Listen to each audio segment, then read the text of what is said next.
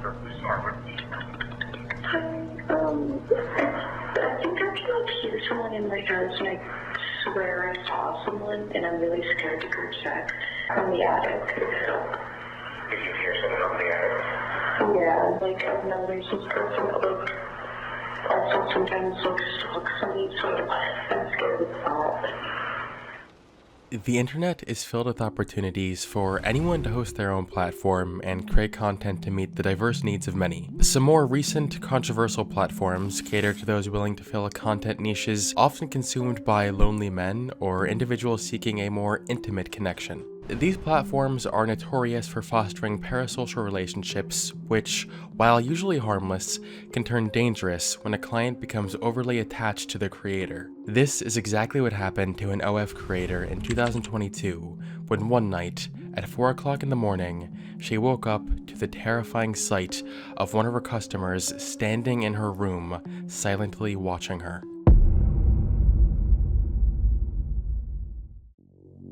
Rachel Nunez was a single mother in her early 20s from New Hampshire who started an OF page to get some extra cash. Business was going as usual until one day in October of 2020, a 19-year-old boy from Pennsylvania named Mauricio Guerrero subscribed to her page. Things started off as normal, with Mauricio paying money for pictures and videos and whatnot, but Mauricio was a client who was particularly interested in Rachel and gave her an absurd amount of attention. The communication between Rachel and Mauricio continued to escalate until eventually, Rachel gave Mauricio her personal phone number where they would continue to text and make video calls. Mauricio quickly became Rachel's #1 fan, and he was earning a lot of her attention. One day, Mauricio offered to buy Rachel a TV and a fireplace for her apartment. Rachel thought that Mauricio seemed nice at this point, so she gave him her address so he could send the gifts. Well, Mauricio did end up sending the gifts, but he didn't stop there. He ended up driving 350 miles from Pennsylvania to New Hampshire, completely unannounced, to visit Rachel. Rachel was clearly shocked by this, and initially told him not to come around again. But Mauricio was already thoroughly obsessed with her, and he ended up making this drive on multiple occasions. Rachel's reaction to this may not be exactly what you would expect. Her responses to these visits were mixed. Sometimes she would tell him to go away, but other times she would tell him that she loved him and that she missed him. They even had an intimate encounter with each other in December of 2021. The situation quickly blurred the lines between a customer-client situation versus an on and off again romantic relationship. But there was one particular thing Rachel told Mauricio, which would later turn out to be a massive mistake. This statement stuck with Mauricio far more than it should have, and sparked the fuse of what would turn into a horrific event. The mixed signals didn't deter Mauricio at all. In fact, it seemed to only strengthen his obsession with this girl. In January of 2022, the situation changed a bit. Rachel was no longer in the apartment she previously had, as she was now living with her mother. When Mauricio found out about this change in living arrangements, he quickly managed to find her new address, and with the words of Rachel still loudly echoing in his head, he decided to take things to a new level. He came up with a disturbing plan, which he detailed on a to-do list. Some of these details included putting a tracker on her car, picking the lock to her house, and putting microphones in her house so he could spy on her. Before he could enact his plan, however, he needed to first visit the house to scope it out. His initial scouts to the home are detailed in videos he took on his phone.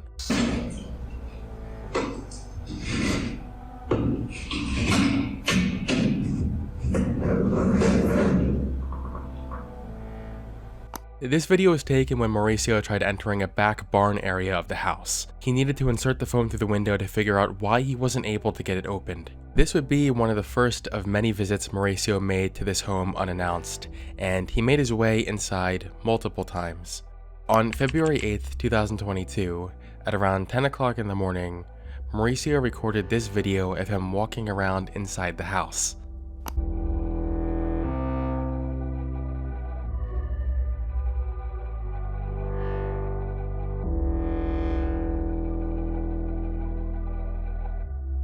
Rachel must have at least suspected Mauricio's presence in the house at this time, because just under 2 hours later, she sent him the following texts. "Hey, call me right now. No, leave me alone. No, it's important. What? They go back and forth with Rachel trying to get Mauricio to call before Rachel just responds with, "I know you're here." What? The f are you talking about? You're here. No, I'm not. I was just making sure you didn't break into my house or something cause my door looked weird. I want nothing to do with you. Then stop texting me. Dude, you said you were gonna show up last week, but the snow stopped you. You said you were just gonna walk around my neighborhood. Like, you scare me. They stop communicating at this point, but that quickly changes when nighttime comes around. As puzzling as it seems, Rachel suddenly wanted attention from Mauricio again. At 9:00 p.m. that night, Rachel started the following conversation over text. "Wanna FaceTime in a bit?" "Hold up. I'm on the phone with my mom." "Cool. I think I'm literally in love with you. Please don't say that. You're just the only one that makes me happy and feel special. I'm just drinking alone once again cause it's the only time I actually feel something. I just wish you were here. If I was there right now, what would you do? I'm outside. I'm gonna shower, then I can come and say hi real quick. But like legit, I can't even stay long." After these text messages, Rachel met Mauricio in his car outside, where they had a brief, intimate encounter before Rachel went back inside, expecting Mauricio to leave. But Mauricio had no intention of leaving that night. At 1:51 a.m., Mauricio texted Rachel, "Are you still up?" After getting no response, he got out of his car and made his way into her home. Once inside, he took his shoes off to avoid making any noise. He remained in the house for the next 2 hours. Every detail of what he did in these 2 hours isn't entirely clear, but one thing we do know is that he snuck into Rachel's room while she was sleeping, lifted up her robe, and took an exposing video of her on his phone. Shortly after this, Rachel woke up and saw Mauricio standing in the doorway before he quickly jolted away. Rachel freaked out and immediately texted Mauricio, "Are you in my house? I'm calling the cops if you don't answer right now. I just saw you." Mauricio was radio silent, trying to come to acceptance with the fact that he had just been caught. Rachel was still panicking, trying to figure out what was going on. Then, suddenly, she heard a noise coming from the attic. Fearing the worst, she called the police. I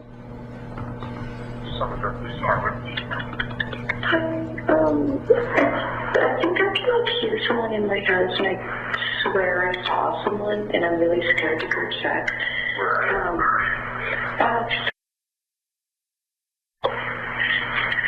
Your name? Rachel Nunez. You think you saw somebody in there? I mean, I could be imagining this whole thing, but I swear I saw someone and then I can like hear something that's like in the attic. Did you hear something up in the attic? Yeah. And for your company, CCTV in the attic. It could be, or something was walking around, like, I've noticed this person, like, also sometimes looks somebody, so I'm scared of that. You got somebody else in with you at the house now? It's just me, my mom, and then my son, they're with me. And officers head up right now if you want to turn the light on me on both sides. Okay, thank you. You're welcome. Thanks. 2 police officers arrived on the scene and took note of the strange noise coming from the attic, which sounded like footsteps. They rushed outside to get a better view, where they saw Mauricio crawling across the roof of the house. They immediately yelled for him to surrender, but Mauricio wasn't ready to accept his fate just yet. He continued crawling away. One of the officers went back into the house and hurried their way into the attic. Here, they noticed a torn screen, which they opened to find Mauricio crouched outside. With nowhere to run, Mauricio surrendered and was arrested. But this wasn't the end of the disturbing details that were found. It was discovered that Mauricio had been staying in the attic for longer than was previously thought. In the attic, police found multiple McDonald's bags, a water bottle, a cup filled with urine, a location tracking device, and Apple AirPods. Which reminds me to introduce today's sponsor, I'm just kidding. When the case went to court, the defense argued that Mauricio thought Rachel was his girlfriend, and the ways in which she led him on confused him into thinking this is what she wanted. He doesn't know that he's a client. He thinks that they actually have mutually enjoyed the relationship. Here's some of what Mauricio said when he took the stand. She still continued to say things like, "I love you." And of course then we would FaceTime again still a lot of times. She said she wanted to be obsessed with her to be a stalker, that she liked it. One thing I thought was pretty comical was one point in Mauricio's testimony where he accidentally refers to Rachel's attic as his room before correcting himself. She did like a loud gasp, and I went up to my room. I went up to my room. You said not my room? No, not my room. I'm sorry. That's what you said. Yes, but I'm sorry. I went up to the attic. He must have really made himself comfortable in there. Rachel took the stand during this case as well, although her face was not shown on camera. She ended up admitting that she did mess with his head, and that she did in fact tell him she wanted him to be obsessed with her. Is it fair to say that you lead him on? Yes. And is it fair to say you were messing with his head? Not purposely. What does that mean? It means I had a lot of mental stuff going on. I don't know. But you agree that until the interview that you think you messed with his head? Well, yeah. She also says the reason she entertained this nonsense for so long was because of her mental health issues causing her to drink on a daily basis. Now obviously this case has really unique circumstances that differs it from your typical stalking situation, but I was still shocked to see how many people on online forums were in support of Mauricio during this trial. On one hand, yeah, I see why people don't like that Rachel kept feeding into all of this. I also think that it was stupid, and I'll even agree that Rachel was 100% just using Mauricio for financial and emotional support. What Rachel did was shitty, but here's the thing. Even if I paint Rachel in the worst interpretation possible, Mauricio still comes out looking like an absolute freak. What Rachel did was morally wrong, but what Mauricio did was morally and criminally wrong. Sure, Rachel told Mauricio that she wanted him to be obsessed with her, but that in no way equates to breaking into her home while she is sleeping and taking violating videos of her while living in her attic. No normal person would even begin to think that this is a sane thing to do. You can paint Rachel however you want, but at the end of the day, Mauricio is still a creepy, stalking weirdo. Nothing more, nothing less. Mauricio was found guilty on 2 counts of burglary, 3 counts of criminal trespass, and 1 count of invasion of privacy. He was sentenced to 1 year in jail, which at this time is now over, and required to participate in counseling. As disturbing as the whole incident was, it definitely could have gone a lot worse. It's a good thing Mauricio wasn't violent. I hope Mauricio is getting the mental health treatment that he very clearly needs. Thank you for watching, and I will see you on the flip side.